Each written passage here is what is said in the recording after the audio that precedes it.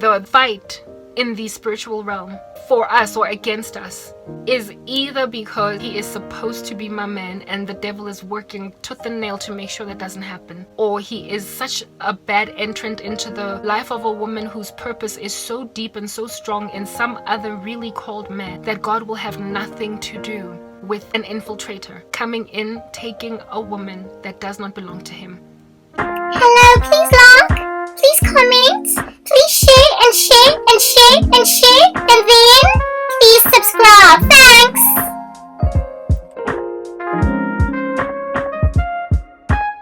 The work I was doing, he was like my biggest fan, and I loved that he was reading everything of mine. He was putting in the time, and I thought that I'm getting my man done, you know, like my prodigal son or my unsanctified hubby wannabe.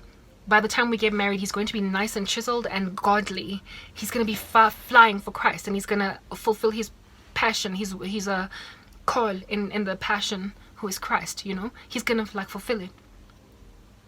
Instead, he just held me, like he resisted me, you know. And so I blocked him because I didn't want to keep on seeing him. Goodness, guys, like, so before we got chatting on video call, we did these voice notes where, while trying to figure out how to call each other, because we were trying to figure out so many things. It's like we were children learning technology and how banks work. It was just the worst. Anyway, whatever. We spoke in these voice notes, you know, on some, I don't know what to click on, what button must I press over here, and then he would respond on some, if you look at the top of your screen, there's like this small little camcorder thing with like what looks like an X going through it. Click on that. That's how we do the video call. So he was basically giving me instructions on to how to do a video call type thing. And those voice notes of his, I would, because we were not talking, I would like go back to like scroll down our DMs, the DM, and I would listen over and over and over. Oh guys, I would listen over and over and over and over and over again to his voice notes. You know, he's good, and he's an American, so he speaks with that American accent, just like, hello, Carabo, check this out. Yo, guys, I was like, his voice, I loved his voice, like, his man voice. Man voice. God have mercy on me. Oh, man. I would listen to his DMs, his voice notes over and over and over again, literally on a loop, and every time I would listen to them, my heart would just bleed. I felt like, you know, if you've seen Stranger Things, I've been watching it on Netflix, you know, those kids that get like turned into a ghost and a zombie and they break. I felt like that was happening to me.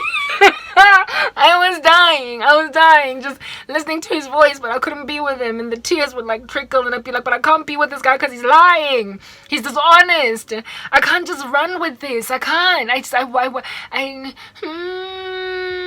that's how I felt. But I kept on torturing myself with voice notes. So I made a decision to block him and unfriend him, so I won't even listen to his voice notes. I was like, I need, you know, the Bible says if anything causes you to sin, if your eye causes you to sin, gouge it out. If your hand causes you to sin, cut it off. That's the Bible. So I was like, I'm gonna cut stuff off here. So I unfriended him, and then afterwards I blocked him. But yo, guys, the next day or two, Facebook, I was updating my statuses there and whatnot, but without him it was nothing. Like, he used to like all my updates. Oh, another thing, goodness, after unfriending him and blocking him on Facebook, all of his likes, like, this guy was, like I said, he was my biggest fan, so almost everything I would post, he would like. Sometimes he would even comment like. So he liked all my Facebook posts and even hearted some of them. He liked all my YouTube posts. He was the first person to come view it. Like, he was my biggest fan. And after blocking him on Facebook, I didn't know a block does that, guys, you know. He disappeared. He disappeared. He completely disappeared. Like, all of his likes, I remember I found out not by scrolling down my page on YouTube, not YouTube but Facebook, but by going to the notification little like button, right, that shows you your history of like friend requests, likes, posts, updates, you know, whose birthday it is, you know that. And it was literally, let's say his name was, I gave him the name Casanova. Let's say his name was Casanova. Like, I had a Casanova liked this post. Casanova liked this post. Casanova hearted this post. Casanova commented on this post. Casanova. And then every so often somebody else would be there, like, Jojo liked your post. Jojo's birthday is on this date. Casanova liked your post. It was like all of my Facebook was filled. My notifications were mostly him. He was my biggest fan, you guys. And then I blocked him. And I unfriended. And then I blocked. And all that was gone. It was like, it's like he died. It's like I lost, yo guys, like he died. Gone. Like they all disappeared. My notifications disappeared even inside the box. Scrolling down my page, they were not even there. The heartings, the likes, they disappeared. I was like, all I wanted to do was block him, but I didn't want to like block I didn't want those to disappear too. I don't want all of his notifications to disappear. I didn't want all of the likes and the hearts that he put down there to I want them back. I want them back. And my heart broke so bad. Noticing that all of his notifications are gone hurt me so much. I felt guilty not guilty, regret. I felt regret immediately. I immediately felt regret, but I was like, I'm sticking to my guns because this guy's not healthy for me. He is not healthy for me. He is not coming out with the truth. He lacks transparency. But those 2 days, it took 2 days before I just like nearly died. Not at the end of the fast, but like maybe the last 2 days of my fast, right? I blocked him about day 5 of my fast. Remember, it was a 7-day fast. And in the last 2 days, I was languishing. I would wake up in the middle of the night in so much pain, and I would be crying like tears. Like I just felt like I had lost love. I felt like I lost something big. I felt like I was mourning the death of a husband. It was so horrible. The feelings were so bad, and I begged God. I was like, please take the feelings away from me. Take this guy out of me. I don't want him. He's dishonest and he's unloving and da-da-da and da-da-da. And he's also a kind of aggressive, low-key. When I talk to him, he's like backbiting. He's kind of gnashing his teeth. He's kind of aggressive. What kind of a man is that? Like, how in the world have I waited for a man that's going to be this aggressive and resent everything I have to say? And he's like all like, you know, feel like I could like practically feel his growling coming through the screen. Whenever I would ask him questions, he hated my questions. He hated when I asked him questions about his life. It's because he didn't want to be entirely transparent about his life. He hated my questions. How in the world are we supposed to get to know each other if you don't want me asking you questions? He hated my questions, guys. Anyway, so that was the case, and yeah, but nonetheless, I found myself in this sorrow. And so after 2 days, it was enough. And like after my fast ended, I was like, yo, I can't go through this. It's too much. I'm in too much pain. So I basically went back. I googled how to unblock a blocked person.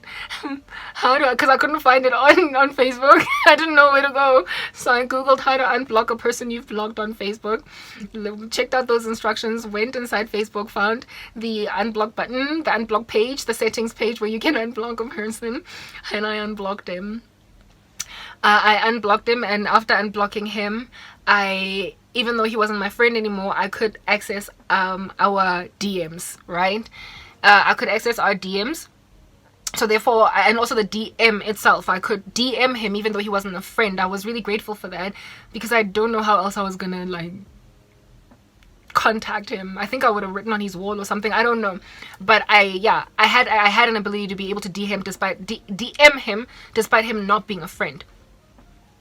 And so I wrote, but before then I wrote a massive letter. Like, I'm a writer. I'm quite a writer. Go check out my WordPress account. You'll know that I'm a writer.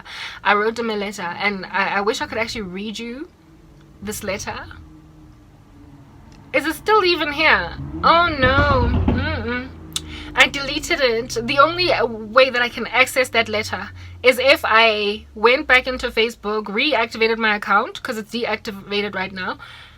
Go into unblock him again, and then access it that I sent to him as an attachment in the DMs. Otherwise, the actual letter itself, I deleted it. Like, after I walked away from him, period, I was like, whatever. And any reminder of him I threw out. So I deleted it from my Mac. But the letter had basically went something like, God showed me so much about this guy, including the fact that he's like a misogynist, a low-key misogynist. He hates my strength and my feistiness, my what he called b-wordness. Like, he's so unsanctified that even his speech, God showed me, still is very full of profanity, even though towards me he didn't speak with profanity. It's like he's hiding a double, he's living a secret life. He's still he's worldly, he's unsaved, but he wanted to present Christianity to me. And God was like, never. You're not coming into my daughter's life without really truly knowing me. I've been knocking on your door for like life, and you don't want to come to me, right? So he still was unsavory and unsanctified in his speech as well. And God showed me that every so often when I spoke in my ministry where I was dropping points about how men can be ABC, he low-key called me a B word. Like, she's so B, chi. She is so B word, chi type thing. And for me, it's like, for a Christian man to respond that way to an irritation about some flagrantly like loud-mouthed woman, a Christian man being agitated with that would be like, my goodness, she's so what is the word that I'm looking for? She's so tactless. She lacks like, you know, the decorum of a godly woman. That's how a Christian man's irritation would come across if he feels like a woman is kind of pompous, arrogant, and feisty. But with him, it was like, she is so B-word chi. And I was like, God, that's what he calls me? Really? Like, this is what God showed me. I have these dreams and these visions, guys, and these words that God gives me, and they're accurate, and even though people want to deny it, I know it's true. So I was like, so he thinks I'm a B-word then? How in the world does a Christian man think that way about any woman? But he would come to me and speak differently to me. Also, on the day when I was speaking to him, the first long conversation that we had, that those many hours, because I kept on interjecting, asking him questions, I saw, because remember, we were FaceTiming, I saw him with his face faced the other way, saying, long story short, F you, you know the F word? He said it, he didn't vocalize it in so many words, but his irritation, you know when like you're talking to somebody, and then you get irritated with the fact that they're not quite getting around to what you want them to do, and you're like, use the F word, like the F, yeah. But because he knew he was speaking with a Christian woman, he didn't say it, but I saw him say, yeah. I literally saw his words move that way. I was like, this guy still has profanity in him. It's not cleansed. It's not washed out. What's going on in him? Why does it come so easily, so readily for him to use these bad words? Anywho, that's what was going on. So the Lord like had showed me what it is that he has shown me. He did not like my strength in Christ. He felt not my strength in Christ, sorry, but he liked my godliness, but he did not like the opinions I had about men in particular. You know, how unsanctified they are, how they are so they insist that their women be godly, but they don't want to put in the work. They are very quick to masturbate, very quick to fornicate. They have ungodly lives, but they profess Jesus a lot, and they are the ones that are least likely to be very fervent for God. And yet the Lord wants these prodigal sons. Literally my work, just go scroll down my Facebook, not my Facebook, my YouTube, and you will see all the work that I've done here. If at all you listen to it, my opinions therein, alongside my written work. He had a very strong ambivalence against my work, even though he loved it. It's like he was getting edified, but at the same time he was warring. Basically, whatever was in him, his demons, the fact that he wasn't even really truly saved, it was making war with the purifying of his person. It's like he was being made to understand what it would take for you to win this woman over. But whatever was inside him, we war not against flesh and blood, right?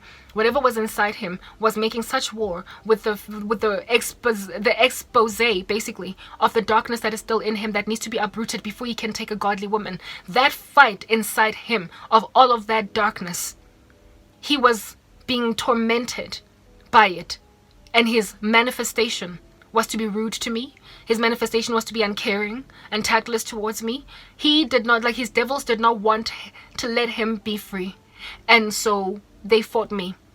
He started therefore out loving my work, but as time grew, and especially when we got romantically attached to each other, he got hostile towards the very work that he loved to listen to.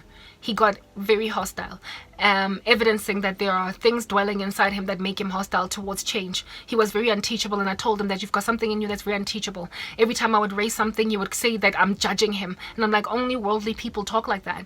It's only worldly people who, upon you going to raise something in them, then feel like you're judging them. Because in the church, we understand that godly rebuke counsels, it heals. The wounds of a friend are healthy. We hold one another accountable. He did not have a church family that he belonged to, all that stuff. And I was like, that's why you're like this. There's no one that you can hold accountable, that you can be held accountable to, that you can also hold accountable. You don't have a body of believers that can highlight issues in you so that you can grow. And you have not had that for all of your alleged Christian walk. He claims he was born again when he was 15. So being the age that he's at now, clearly he has not gotten sufficient conviction. And all throughout his life, when I listen to his life story, it evidences that he has not borne any fruit in Christ, since he claims to have been born again all that back long ago. So this is a man that I tried to highlight to, and I did so much work to even show him that, look, dude, you don't currently bear the marks of a true Christian, not entirely anyway. You say you've been saved ever since that back. Well, according to Christ, this is what a true Christian looks like. Whenever I would raise stuff like that, he would get so aggressive and say that I'm judging him. Then I was like, then okay, guy, I can't. Then if you feel like I'm judging you, then I can't be with somebody that doesn't want to be taught. And he would disappear for like hours, and then respond and say, okay, look, I'm happy to be taught, because he loved me so much that he didn't want to lose me. He loved me so much that he basically said, I'm prepared to do whatever it takes to, come right, or, whatever it takes. And I felt really grateful for that, and I was happy that we would work on this. To me, it was like, this is couples therapy. I'm going to lead this man to Christ. If at all he's not saved, then perhaps maybe this is how I'm going to get my husband. He's going to be so inspired by my godliness that my peaceable and quiet spirit is going to win him for Christ. That if he's backslidden, then he's going to come into the fervency of Jesus again because of me. So I was happy to then, at an arm's length, kind of help him see what's going on. And I would send him men in the faith that are very pious, consecrated, like to listen to sermons from them. I led him to the Puritans on YouTube. I led him to men who train on biblical manhood, because I don't want to be the one to teach him how to be a Christian man, because God does not allow for a woman to teach or to exercise authority over a man. I did all of that for him, and he initially appeared very grateful. He asked me, I literally, guys, shame, he asked me, he was like, look, all these things that you raise, you keep on saying that my doctrine is messed up, and I really don't want to be unequally yoked with you. So is there any kind of like Bible app that you can recommend to me, or website? And my heart just melted. I was like, I wanted to throw in the towel on him, but every time he'd be like, look, I'm prepared to put in the time, I would then indeed send him links. And instead of sending him Bible applications, I just sent him to the Puritan section of YouTube. I told him to listen to a lot of old school preachers, because then they're not like messed up by the 21st century. You know what I mean? Like, anyway, y'all, I sent him. I did not teach him myself. I sent him to men to go and check out. And I told myself that, look, we're at a decent distance right now, enough for this to be safe, for me to do this with you safely, however long it takes. But the more you fall in love with a person, passions take you over, lust becomes a problem. So I didn't want him to like take forever to learn as well too, because not only that, I'm also kind of stranded. The sooner I can get out of here, the better. You know what I mean? Anyway, so this is what this man was all. Initially, he appeared happy, but as time happy to like learn. But as time progressed, he started to feel like she wants too much. She demands too much. What am I supposed to do? Like, he got so aggressive. He got angry that he was not quite getting done what needs to be done. It's like knowing that you need to be trained. But then when the training gets heavy and hard and your muscles are sore and they are pushing you another hour even though you feel spent, then you start to get irritated with the trainer. You start to throw your toys out the cot with the trainer. You feel like this person wants too much from you and you want to give her. He did that to me. He started to feel like this is too much. And I believe this is because these devils were moving in him to be like, hey, if it ain't broke, don't fix it. You've been like this. Old habits die hard. How old are you now? Next thing, this woman rocks up and wants to change you. She's going to get you all whipped. You don't listen to a woman. You know what kind of man you are. You are the one that stands your ground. You are the one that is. So basically, his like old ways came and they preached to him. And he ended up looking at me like somebody that was trying to change him to become who it is that he's not. And the manifestation of that broke my heart so much, because before we even got to a point where he got that hostile, he let me fall more in love with him, because I believed that this was going to adjust stuff. So that 7-day fast that we did, the last 2 days where I was away from him, my feelings mushroomed like a balloon, right? And I was like, I can't deal. So then I decided to write him a letter. And in this letter, it was basically a letter of, look, I want you. I want us to be okay. But these are my issues, and unless you deal with them, we can't do this.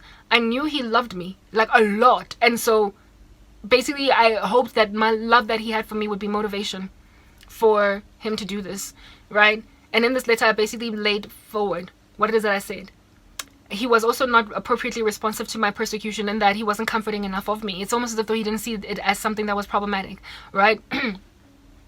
And I told him that, look, I wanted to let you go, and I don't know if this is from God or from the devil, because I know the devil can be very forceful to push his agenda down your throat. So the fact that I can't let, something inside me just can't walk away from you, I don't know if it's from God or if it's Satan forcing, and there's no way to confirm that for sure. If it's an angel trying to make sure I don't walk away from my promise, and that's why it's so hard for me to move on, or if it's Satan trying to force me, because I don't feel the way that I'm supposed to feel for somebody who's falling in love, and I'm not comfortable the way I'm supposed to be comfortable with it too. You're not sufficiently responsive or serving of my pain in the season of persecution. It's like you're insensitive to it. Over and above it, you are kind of unteachable. You get hostile whenever you get corrected. Next thing, you have issues or irritations in you. Whenever I raise issues and I am fervent and strong in Christ, you think of me as this woman that's trying to lord it over you with an iron fist and control you, and basically because God has shown me that he thinks of me as a bee, right? And I raised it in, of course, decorous language without using the B word. Basically saying that God showed me that you think I'm something that needs to be brittled. I'm something that doesn't know her place as a woman. You believe that I am disrespectful only because I keep on raising issues in you. I would subdue myself and humble myself to you if only you were godly, but I'm a godly woman, and so when I notice ungodliness in you, I will be ambivalent to it, and I will take it to God, and I will make war with it, because I don't want to be like submissive to a man that is ungodly. It's gonna shatter my future. It's gonna break me apart into a million pieces to submit to an ungodly man. I basically raised these things. I was like, you need to stop thinking of me as somebody that is trying to control you, but rather as somebody that is trying to help you understand what it takes to be with such a godly woman. I know that you have compromises in you, but I'm happy to work through it with you. I told him that I don't know what's going on here, and I want to let go, but I tried. I was candid. I've been transparent in a way that he hasn't been. I was candid, and I told him that I can't stop listening to your DMs because I miss your voice. And on top of that, I cannot comfortably let you go. For whatever reason, I want to walk away. I even blocked you and I unfriended you, as you, I'm pretty sure have noticed, right? I did all that stuff because I did not want to be hurt by the hope of you coming around. If at all, you're never going to do it, right? But it's killing me alive here, and I don't want to die a slow death because I was separated from somebody that I'm actually supposed to be working on this with. I basically, I expanded on these issues that I've spoken at length already at, right? I put them in a letter. And I sent it to him. And of course he read it and what have you. And what was his response? That's the thing. I've always just loved this guy's responses. He called me on some, let's talk. We can't, discuss this. What do you even call this? We can't be discussing this via DM, exchanging, text and whatnot on and to and from. We need to see each other, type thing. And I imagine that meant that he agrees and he's cool with everything that I've said and that he's gonna work on it. Guys, I told you that my feelings mushroomed, they trebled, right? They trebled. I said my feelings trebled. They might have even quadrupled. I don't know. But I, at this point, was just gone. I was gone. My heart, I was so in love. My goodness, I was so in love with this guy. So when I saw him after a week, so the first time I spoke to him, he was all that agitated, antsy, irritable, right? And on top of that, it was the first time we were talking, and I was like, why is this guy so antsy, irritable? Come on, we're trying to know each other. Hi. My heart got to grow. Next time I saw him, it's like, I don't know if you guys have seen an onion in your life getting peeled. I bet you have, right? The outside of it is all unsavory to the eye to look at. It's there's nothing to it. And then you peel the skin off and it's this smooth, beautiful thing. And then you keep on peeling the skin and it gets smoother and smoother. It's like a layer had come off this guy. He was just so much more handsome than the first time. Oh my gosh. Yo, guys, I saw him in these DMs. He used to like wearing hoodies, and I don't know why that was the case because it's very hot where he's at right now. It's winter for me, but for him it's like summer. I have a thing about hair, men's. I like my men bald. I don't like hair on my men. I've said that before in a blog that I did the other day. But he used to wear these beanies. This one beanie that the first time we spoke, he was wearing a beanie throughout our conversation. And he was still wearing this beanie. Was it the same beanie? No, the next time he was wearing a different beanie, but it was still a beanie, right?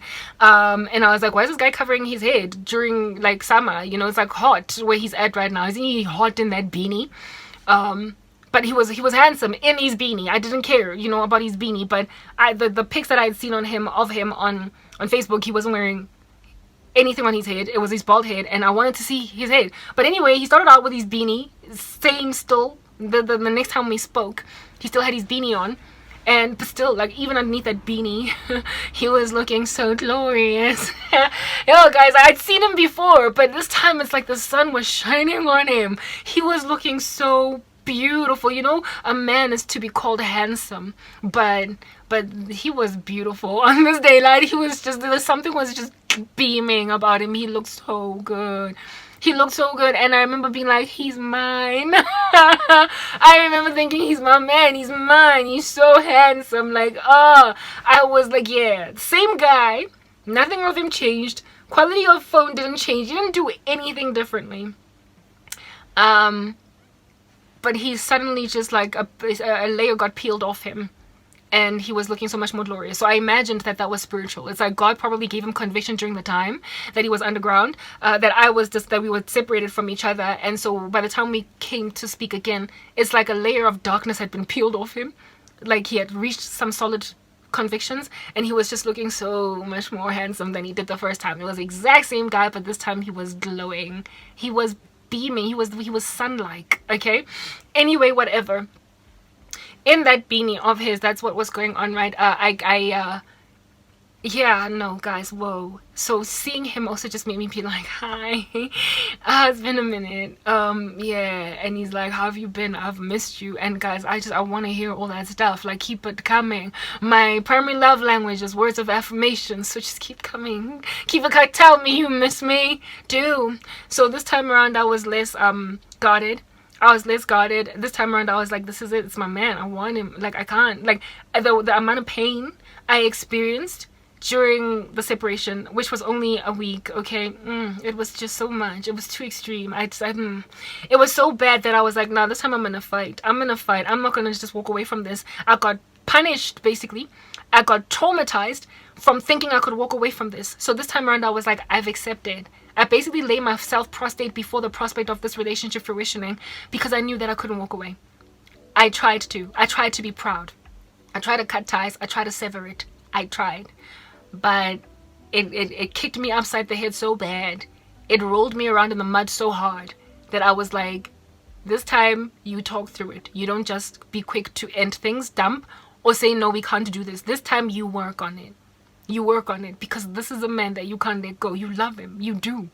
So when I was looking at him beaming, looking like the sun and everything, I was like, I was so excited. It was so cold that day. It was so cold. My mom made me go buy a gas cylinder in order to light up the gas heater.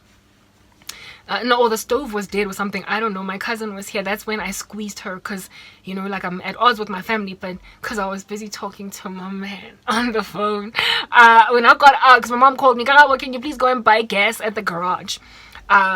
So my cousin was there when my mom asked, and I had to start. I was like, my mom asked a favor of me, so I'm gonna have to hang up the phone. I'll be back in 15 minutes tops, 20, right? And he's like, no, it's cool. I'll see you then, I guess, in 20 minutes, right? And when I went in the house, I was so happy. I was so in love. Oh goodness, nothing mattered. These people who were breaking my heart, I was walking on sunshine. These people who were breaking my heart, I didn't care that they were hurting me. Because God was making me forget the pain of my father's household. I had a man, and when oh goodness, anyway, yeah, hugged my cousin when I was in the car, driving to the garage to go and buy this gas, right? All I could say was he's so cute.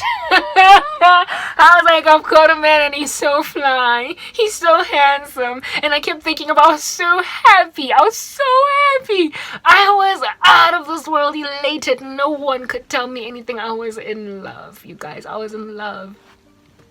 And I was gonna go back and talk to my guy after coming back from the gas station. When I returned from the gas station with the gas, right, that I had bought, I then found out from my mom that there's going to be a power cut from a certain hour to a certain hour. Now we had this thing that we did where we would speak for like 16 hours. Like the first time we spoke for about 16 hours. This is now the second time, and we'd already been at this point speaking for about 3 hours, and then I found out there's going to be a power cut in 2 hours. No, in an hour at 6 p.m. And I came and I told him, I was like, after we got back on the phone, right, because I returned from the garage, I was like, the power's going to be off for an hour. Sorry, the power's gonna go off for about 2 to 3 hours from 6 p.m. and he was like, "Aw." I was like, "I know, it sucks." Yo, guys, we were so in love. Like there was no getting past that.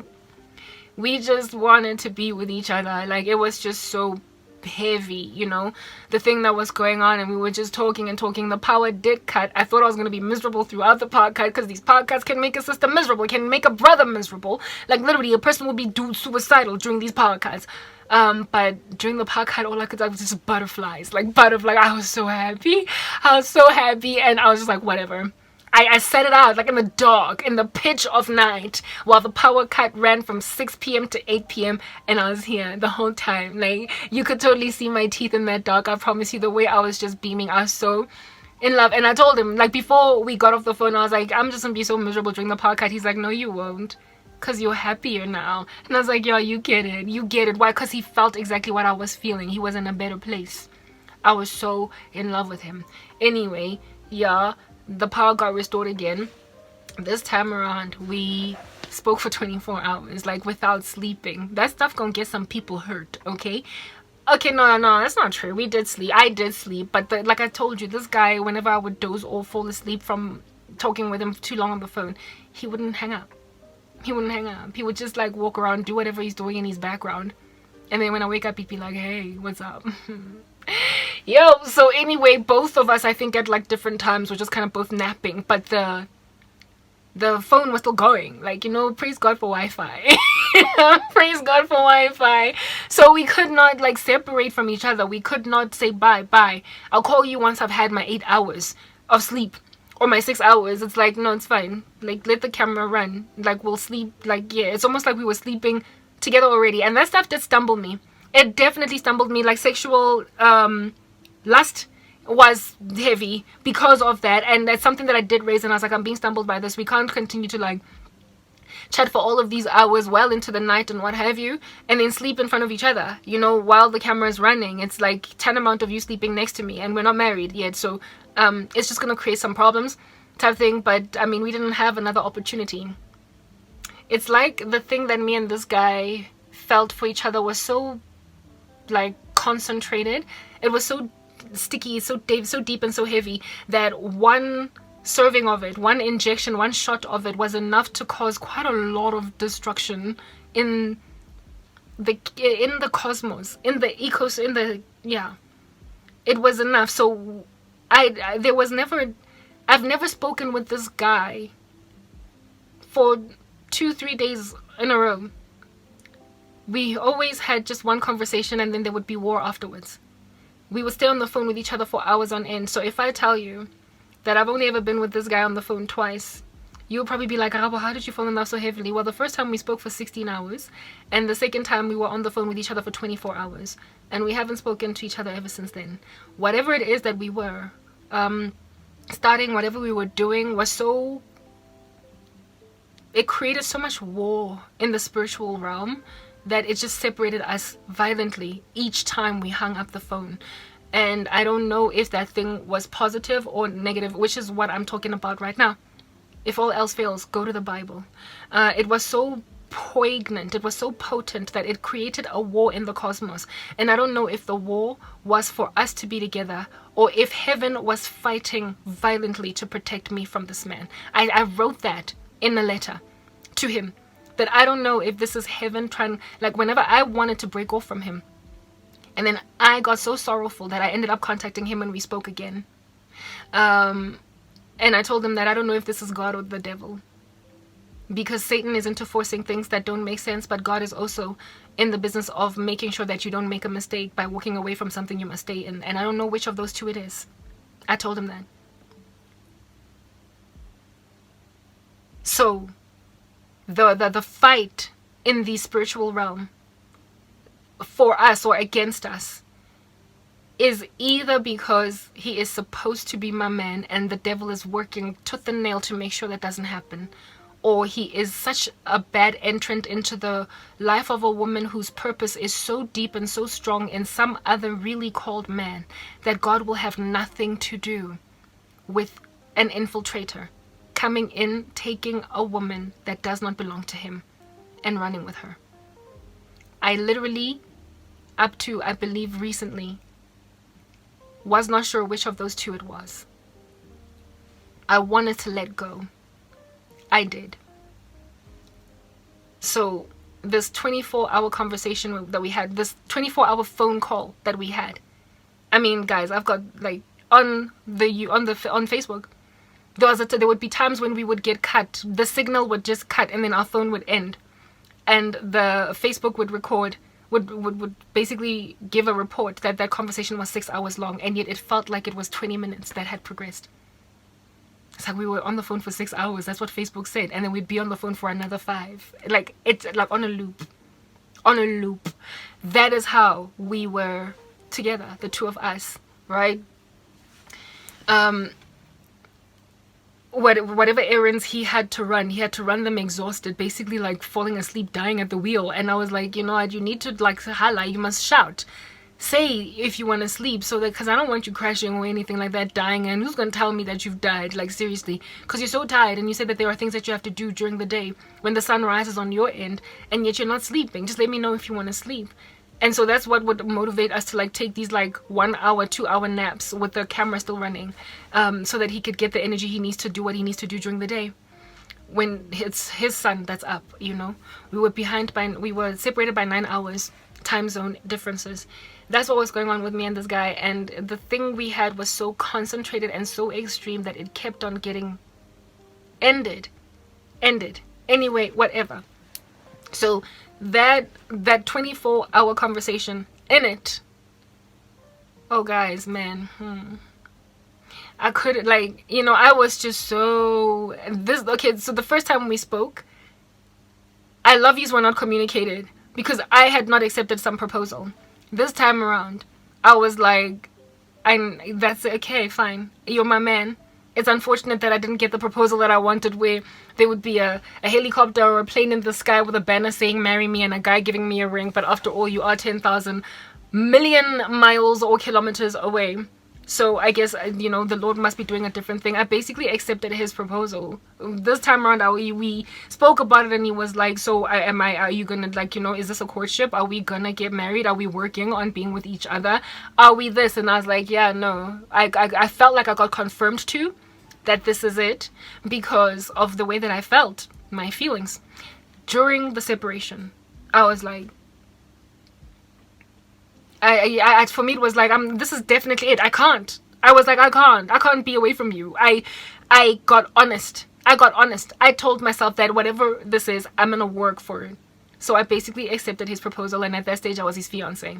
And so because I was his fiance, we started talking about the future, planning for our future, planning whether or not I'm gonna go to him or if he's gonna come to South Africa. He wanted to come to South Africa. I wanted to go to the US because I hate my country. We both have issues with our country. He thinks America is Babylon, and I think South Africa is just gangster with witches, and I can't stand being here. So we could not agree about that. We could not agree. I wanted to go to the US, and he wants to come here.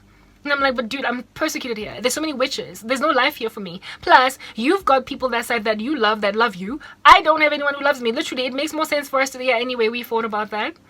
I was in disagreement, and he basically lorded it over me with an iron fist to conquer my desire to go to the US. I couldn't understand why he wants to come here. Yeah, I ended up basically capitulating to that, saying that fine, you can come to South Africa. So we were making plans to buy property this side.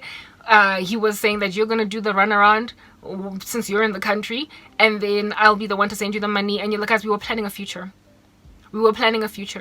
We wanted to be with each other so badly, knowing that there's so much attack against us, that we wanted to get married quickly, so that when he comes this side, we'll be married already. We already struggled with so much lust, the two of us, for each other. We wanted to get down and dirty, and we knew that was a problem. And so we were like, if we get married remotely, like far away from each other, when I come over to you, we're going to sin against God. So we should already be married by the time we meet. Meaning that by the time I land at OR Tambo Airport, there in Kempton Park, Johannesburg, we're basically going to be going to our house as a married couple, and then we will do all the other official things later on. I will pay, like, lobola. I explained lobola to him, which is like a bit of a dowry that African brides tend to get. I explained the process of marrying an African woman to him, and he was like, I'll raise the money for the lobola and whatnot. But we both agreed that we we're going to get married first before lobola comes out, because my life situation is so bad that I have to get out of this fast. And he wanted to get out of his own situation real quickly. The two of us were passionate for each other, and we knew that dilly-dallying and beating around the bush and wedding ceremonies and lobolas are just going to cause sin to come into the picture. Plus, we also knew there was a lot trying to separate us. So we wanted to get married fast. Just do it basically online, okay? From the distance that we are at, where there will be a preacher officiating over us online, marry. The witness that will be there will be whoever he brings on board. I won't have anyone. I ain't got nobody. And then he was gonna come to South Africa, pay lobola, literally do everything after the act. Once we are already married, pay my family lobola. If we have a little ceremony, not ritual, sorry, feels like a ritual at this point. We were gonna have the ceremony after the act, blah blah, all everything that I wanted in a marriage. Yeah, even my persecuted state, for me it was like, how in the world do you want to come to South Africa when everybody persecutes me so much? Anyway, whatever. We were gonna do all that afterwards, but he was gonna come to a house that he and I would have bought. He basically would have bought it, but then I would have been the one to pay the money, because I would have done the transactions would have been through me, because I'm here in this country.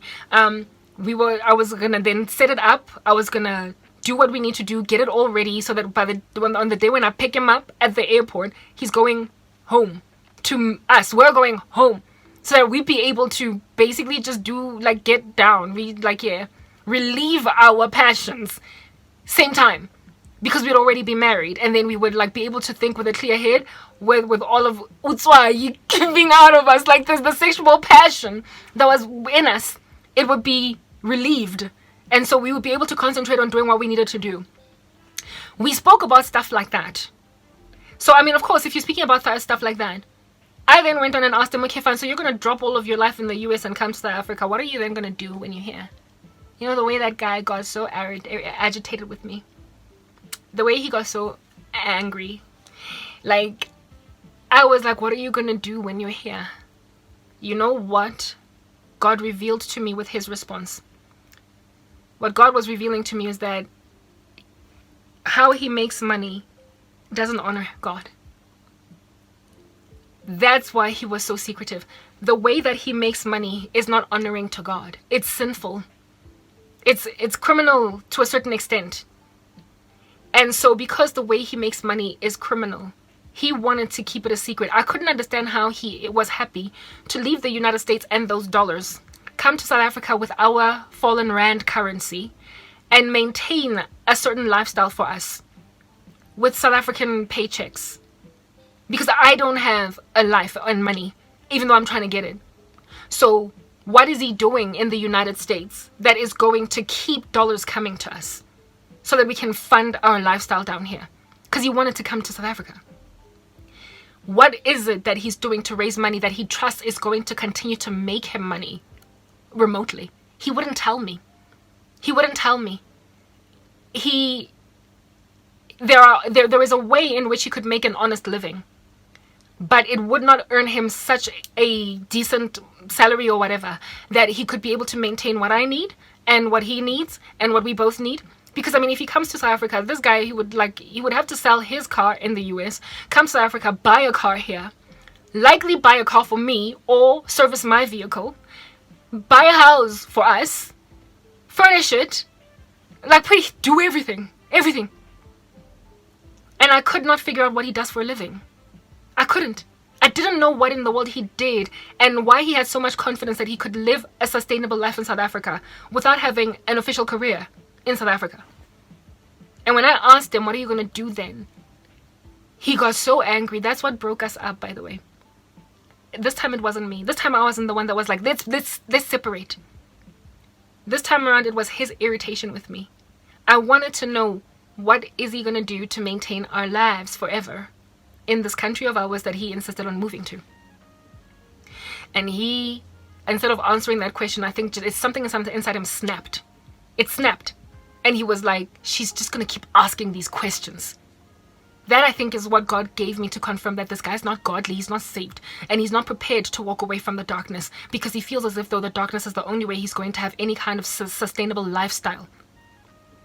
Because he has messed up so much. Remember I told you his history, right? How it is that there were things he wouldn't tell me there. He's messed up his shots so many times in the past that that he can no longer, in the American system, basically, earn an honest living that is going to be decent enough to maintain the lifestyle of a wife and him and some children and all that jazz. He has messed up so much that he has to rely on crime, basically, I think. He has messed up so much that he has to rely on underhanded shady deals. And I told him that it doesn't have to be that way. God can open a way. He gave me some of his history, and I was like, of course, like, God is going to open a way for us to make an honest living, for us to serve him, to love him, to honor him, without breaking his heart. And this guy, because of his backslidden state, did not believe that Christ, because indeed he allowed himself to compromise against God because he just wanted to make money. And this got him into some hot water. And so I think it's also one of the reasons why he wants to leave the United States. I think he's just got like a bad rap there. And so for those reasons, he just wants to go somewhere where he's got a clean slate, where he can do what he does without nobody basically being with a magnifying glass, surveilling him, trying to figure out what's going on. I think that's what's going on with him. And I didn't even care that was the situation, guys. For me, it was like, insofar as prodigal son, you will come home. I loved him so much that I did not care that I was the super duper, like, goody two-shoes girl, and he's got some sort of a criminal streak in him. I told you, I've always been interested in men with a criminal streak. I've always had a weakness, let me not say interested, but I've always had a weakness for men who just had something dishonest about them. And so it just like, here it is that I fell for this one. He won't be honest with me. And I was happy because, remember, I'm one of those project women that go and panel beat a man into shape. I wanted to make him understand that, look, I lost everything. I lost my whole future. I lost my ability to, in and of myself in my country, earn a decent enough salary to give me a good home.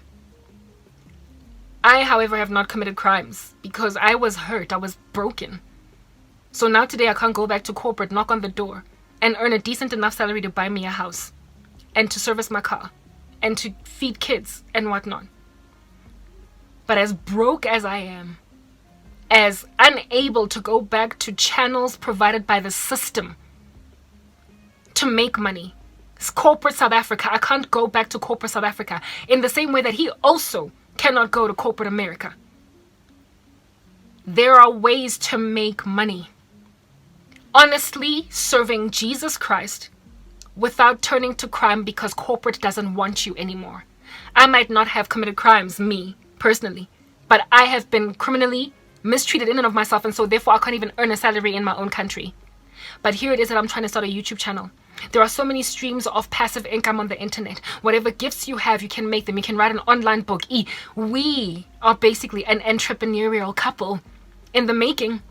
We are gonna start a means together in Christ of earning a decent income entrepreneurially, because our countries each refuse to give us another chance. Our countries each refuse to give us an opportunity to make a decent salary for us to be able to buy ourselves a house and raise children comfortably without worrying what they're going to eat. You and I are similar even though we're different. I'm like the good version of you. I am the thesis and you're the antithesis. You actually went and corrupted your reputation in the US because of your shady deals of the past. And now you are struggling to live an honest life because the US is trying to keep you stranded financially because of your mistakes of the past. It refuses to help you make amends where you messed up in the past. While my country, despite my innocence, refuses to let me make ends meet. But the South African corporate system is not my only way out of poverty. Hey, are you feeling reached by my content on YouTube? If so, you might be interested in checking out my tweets as well, alongside reading my content on my WordPress account. alongside checking out my shorts on TikTok. They're all in the description box below. Please enjoy the next coming content. Bye. And I've known that for the longest time. So you therefore cannot imagine that the American dream is the only way out of your strandedness either. Do not rely on former ways that corrupted your life in order to try and make a woman's life comfortable that you have fallen in love with, that is struggling quite a lot in life, but you cannot cater to her honestly. If at all you were to turn honest as a man, it means that that money that you gave her to do all the things that she's been doing, you're not going to be able to do it anymore. That house that you wanted to buy together through her, you're not going to be able to do it anymore.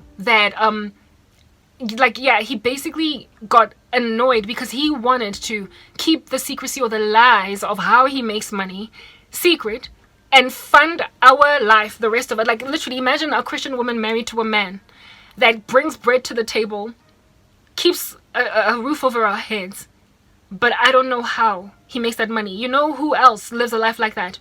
Women of drug dealers who get taken on shopping sprees that go well into the thousands of dollars and don't even ask their men, where did you get this money, even though he's sitting at home every day, all day, not actually going into a job that she can understand.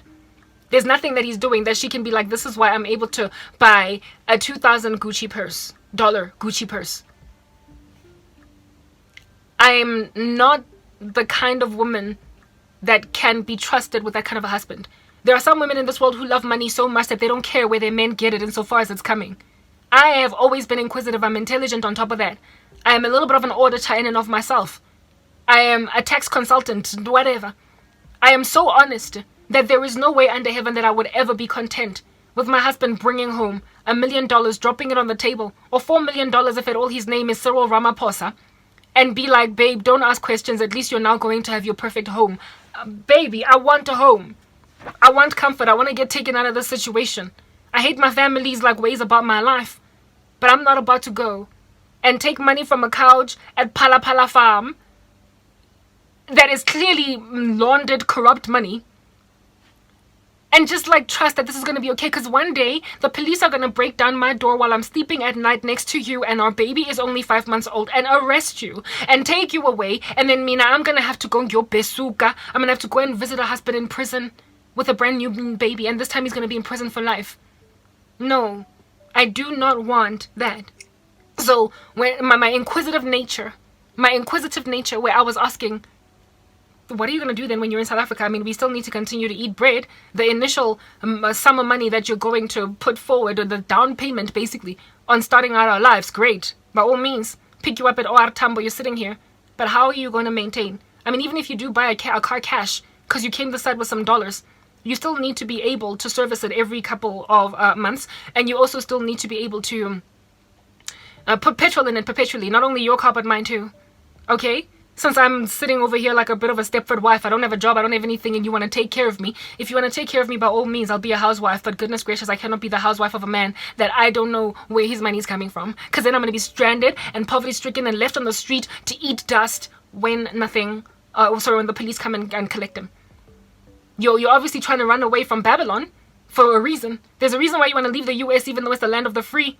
Even though Roe versus Wade is getting overturned. Even though things are looking up there. You don't want me coming there. I'm persecuted. I have a better chance of surviving as a persecuted Christian in the U.S. than I do in South Africa. So why do you insist on coming to a land that clearly persecutes Christians when you can go somewhere, when we can go and live somewhere where Christians can successfully fight in court against being mistreated by people for their faith? Things are turning up for the U.S. right now. Roe versus Wade is a massive thing. Why? Why, when Roe versus Wade is looking to be overturned, at the time it was looking to be overturned? Why, when your country is looking like it's repenting, are you trying to leave it? You claim it's because it's Babylon. But I mean, goodness gracious, good things are happening there. I should be the one shipped over to America, and instead of you coming down here. You're running away from something. Stop running. And I have a feeling the thing that he's running from is the fact that his country has basically written him off. And so he's just struggling to not have to look over his head over anymore. And I'm like, well, you met a woman that is already trying to find an honest income, an honest channel of making money again. Corporate spat her out. I don't have temptation to go and commit crime in order to get ahead. So basically I am the perfect motivation for you to stay on the narrow. And I am trying to earn money in spite of not being able to work a 9 to 5 that keeps me alive. Passive streams of income that I'm trying to create in some way, shape, or form. We even spoke about starting a YouTube channel together for ministry because I believed we were going to get married, right? We believed we were going to get married. So we wanted to start a Christian channel, basically showing the love of God in his disciples, bringing them together and them getting married. And I was like, that channel can also help us. If at all we monetize it, it'll help us to continue to earn dollars. If you insist on coming to South Africa, then we'll continue to earn dollars through that YouTube channel and maintain our lifestyle. But we can do that also in the US. I don't understand. Like, just in terms of a pros and a cons, in terms of with him coming down here or with me going there, it weighs much heavier or better for me to go to him versus the other way around for spiritual reasons as well. And the reach that we stand to have from the US is greater than if it all were in South Africa. That look at what it's doing to me as a Christian. There were benefits on both sides. If he came to South Africa, then we would have way more buck for our money.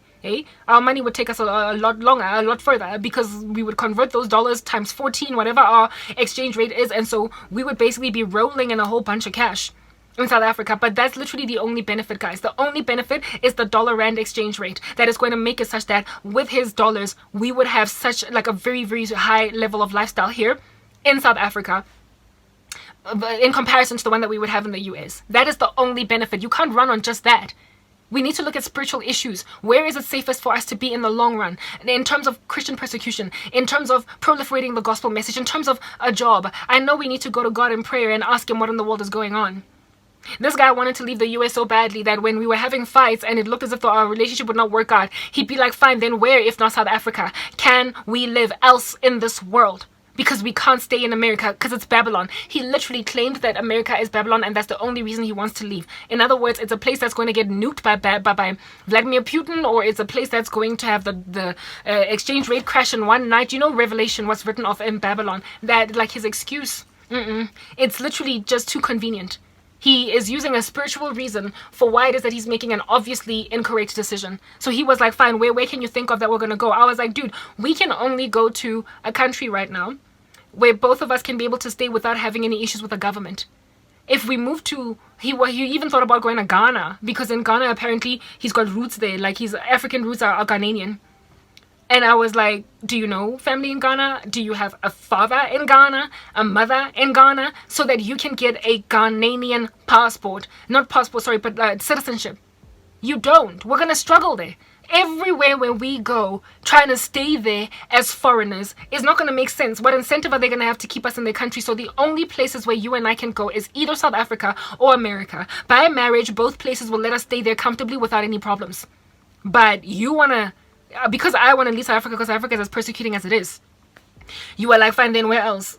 There is nowhere else. The Lord showed me that he's even thinking about going to Jamaica. Jamaica. Okay, fine. Go to Jamaica and go and see if you can't meet Stella there. That's going to get her groove back. And then what? Like, this guy wants to leave the US. He's in flight.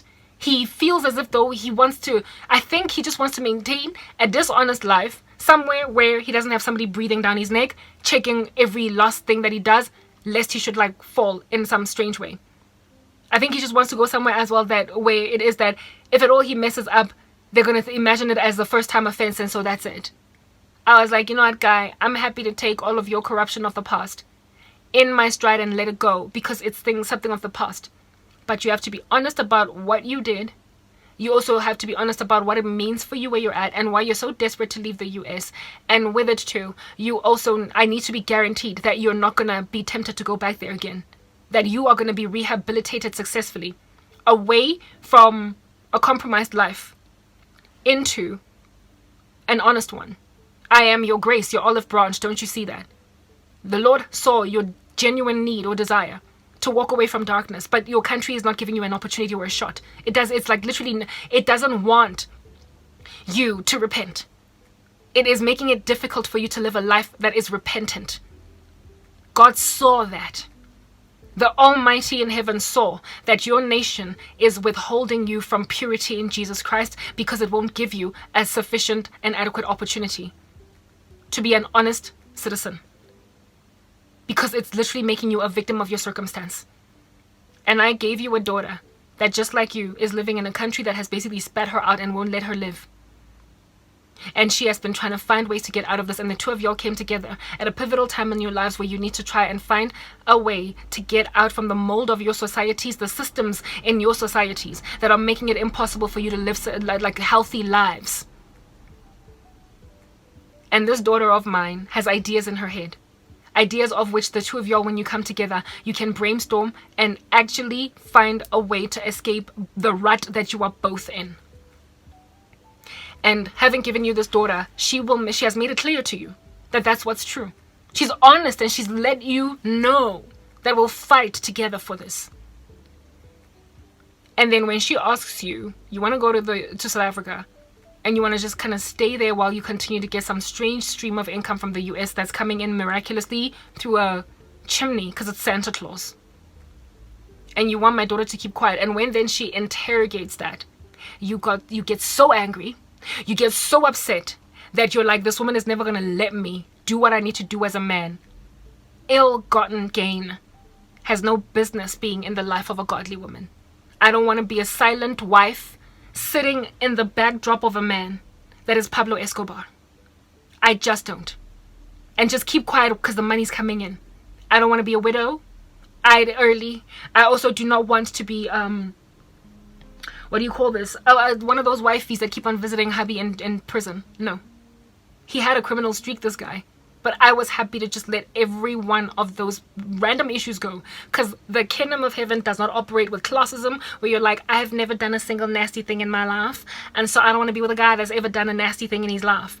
Christ hung out with prostitutes and tax collectors. He who has no sin, let him cast the first stone. I was not about to judge this man for his history. I didn't care. I didn't care what he'd done. For me, it was I only cared about what he will do. I only cared about what his future looked like. And the feelings that I had in my heart were so powerful that for me it was like, I don't care. This kind of love, if at all it works out, I'm going to be happy.